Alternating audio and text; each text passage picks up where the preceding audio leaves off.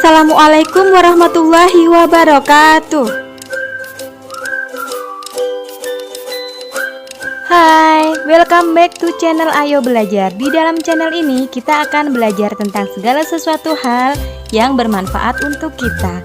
Silahkan, bagi kalian yang baru pertama kali mampir di dalam channel ini, jangan lupa like, komen, share sebanyak-banyaknya, dan subscribe ya, untuk mendukung keberadaan channel ini. Dan nyalakan juga lonceng notifikasinya agar kalian tidak ketinggalan tentang video-video berikutnya.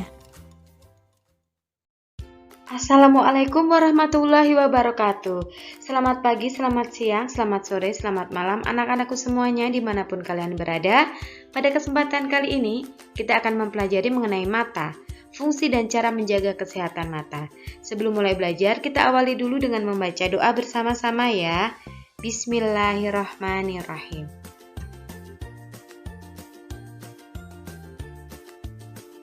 Nah, apa itu fungsi mata? Mata merupakan alat indera penglihatan. Fungsi mata sebagai alat indera penglihatan ini adalah fungsi utama dari mata. Mata dapat digunakan untuk melihat objek atau benda yang jauh dan dekat. Mata hanya bisa melihat objek atau benda yang terkena pantulan cahaya atau menghasilkan cahaya. Nah, kita dapat melihat benda karena benda tersebut adalah memantulkan atau menghasilkan cahaya ya.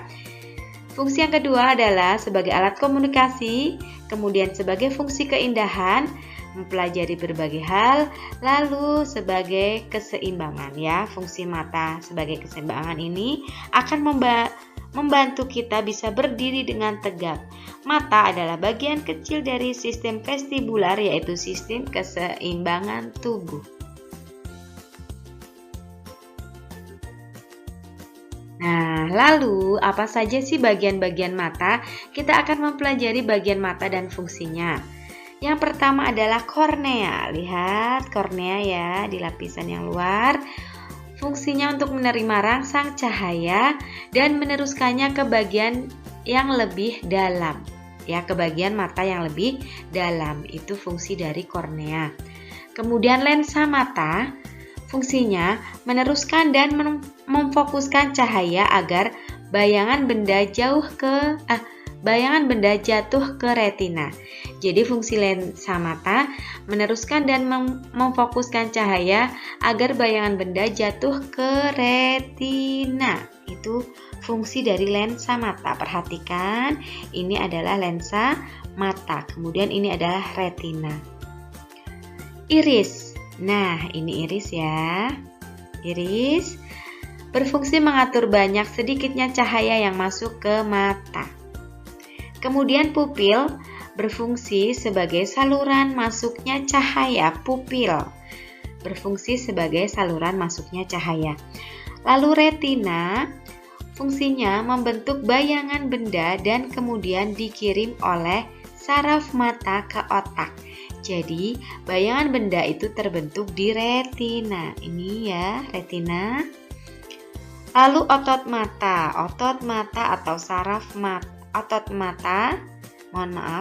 mata fungsinya mengatur gerakan bola mata. Ini otot mata untuk mengatur gerakan bola mata. Lalu saraf mata. Saraf mata fungsinya meneruskan cahaya melalui retina ke otak. Ya, saraf mata itu meneruskan rangsang cahaya melalui retina ke otak. Ini adalah bagian saraf mata. Nah, anak-anakku semuanya, itu adalah bagian mata dan fungsinya.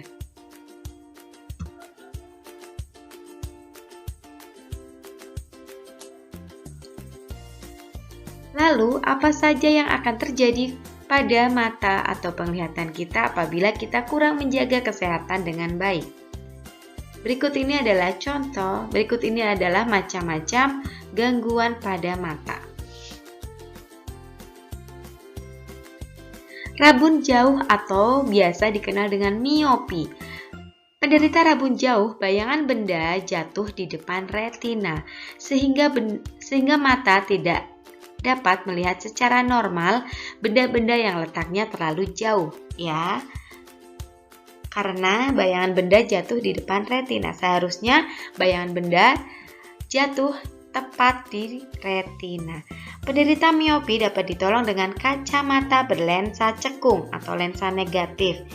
Dengan bayangan yang dihasilkan akan selalu bersifat maya, tegap, diperkecil. Jadi, penderita miopi atau rabun jauh itu ditolong dengan kacamata berlensa cekung atau lensa negatif.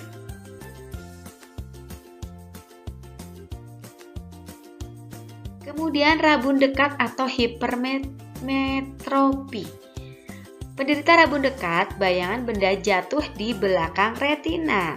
Ya, tadi kalau miopi di depan retina, ini kalau hipermetropi, bayangan benda jatuh di belakang retina sehingga mata tidak bisa melihat secara normal benda-benda yang letaknya terlalu dekat. Nah, agar dapat melihat secara normal, penderita hipermetropi ditolong dengan kacamata berlensa cembung atau lensa positif. Dengan bayangan yang dihasilkan akan selalu bersifat maya, tegap, diperbesar. Kemudian mata tua atau presbiopi. Pada penderita presbiopi tidak bisa melihat secara normal benda-benda yang letaknya terlalu dekat atau terlalu jauh. Kelainan ini secara umum disebabkan oleh faktor usia atau lanjut usia ya. Kemudian ditolong dengan kacamata rangkap, yaitu berlensa cembung dan cekung.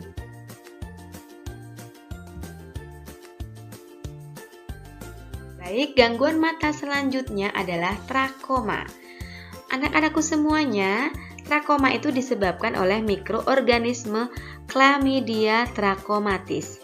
Ditularkan melalui handuk, jari, sapu tangan, dan sebagainya, serta melalui lalat.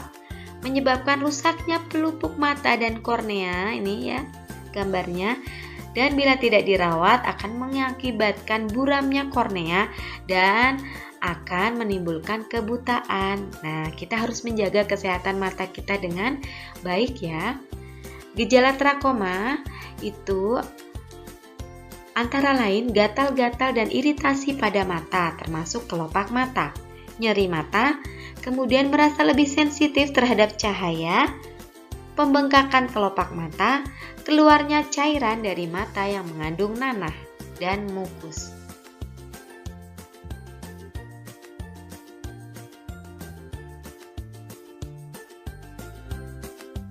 Lalu selanjutnya adalah astigmatisme, yaitu cacat mata yang umum terjadi di mana kornea dan lensa mata tidak simetris.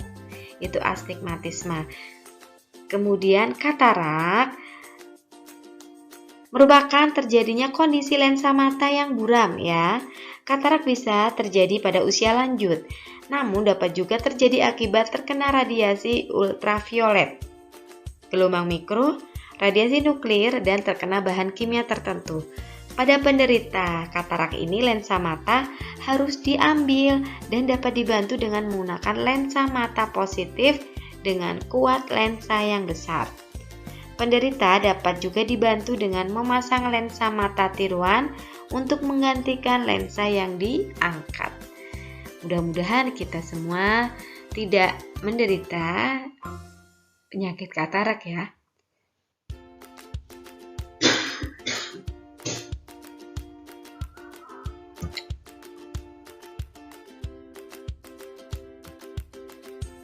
Nah, penyakit atau gangguan mata selanjutnya adalah glaukoma. Merupakan kerusakan saraf mata akibat meningkatnya tekanan pada bola mata. Meningkatnya tekanan bola mata ini terjadi akibat gangguan pada sistem aliran cairan mata. Nah, gangguan ini atau gejalanya itu adalah nyeri pada mata hingga sakit kepala. Pengobatannya bisa dilakukan ya dengan atau bertujuan untuk mencegah kebutaan total ya, dan dengan mengurangi gejalanya, dapat mengurangi gejalanya. Pengobatannya itu berbeda-beda karena disesuaikan dengan kondisi pasien. Metode pengobatan glaukoma meliputi pemberian obat tetes, terapi laser, dan operasi.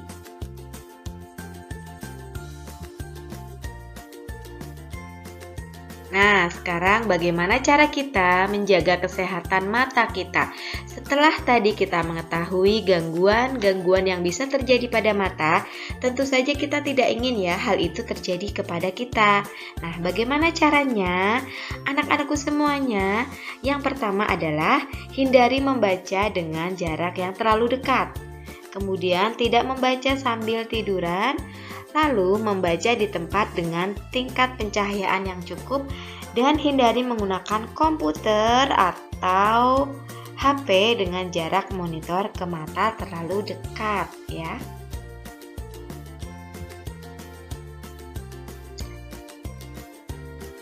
Cara yang lain yang dapat kita lakukan untuk menjaga kesehatan mata yang pertama adalah makan makanan yang sehat, terutama yang banyak mengandung vitamin A. Vitamin A itu bagus sekali untuk kesehatan mata kita. Mulailah perbanyak konsumsi buah dan sayuran. Selain wortel, ternyata kuning telur dan susu juga mengandung banyak vitamin A yang berguna untuk kesehatan mata. Kemudian kita hindari rokok, ya, kita hindari asap rokok. Lalu menggunakan kacamata hitam dengan UV protector atau melindungi mata dari sinar ultraviolet. Ya, karena jangan sepelekan sinar matahari karena sinar matahari bisa mengganggu kesehatan mata. Kita pakai kacamata hitam untuk melindungi sinar ultraviolet apabila kita berada di bawah terik matahari. Kemudian yang paling penting adalah istirahatkan mata secara berkala atau secara rutin. Saat kita sedang bekerja atau kalian sedang belajar dengan komputer atau saat membaca dalam jangka waktu yang lama, beristirahatlah atau istirahatkan mata kita secara rutin atau berkala dengan melihat ke kejauhan. Nah, demikian adalah materi untuk hari ini tentang mata, fungsi, dan cara menjaga kesehatan. Hidup sehat juga pilihan. Mau tetap bugar, pelihara dengan olahraga, pola makan yang baik, dan pikiran positif. Begitu juga sebaliknya. Mari tetap jaga kesehatan. Terima kasih untuk semangat belajar kalian, mudah-mudahan bermanfaat. Wassalamualaikum warahmatullahi wabarakatuh.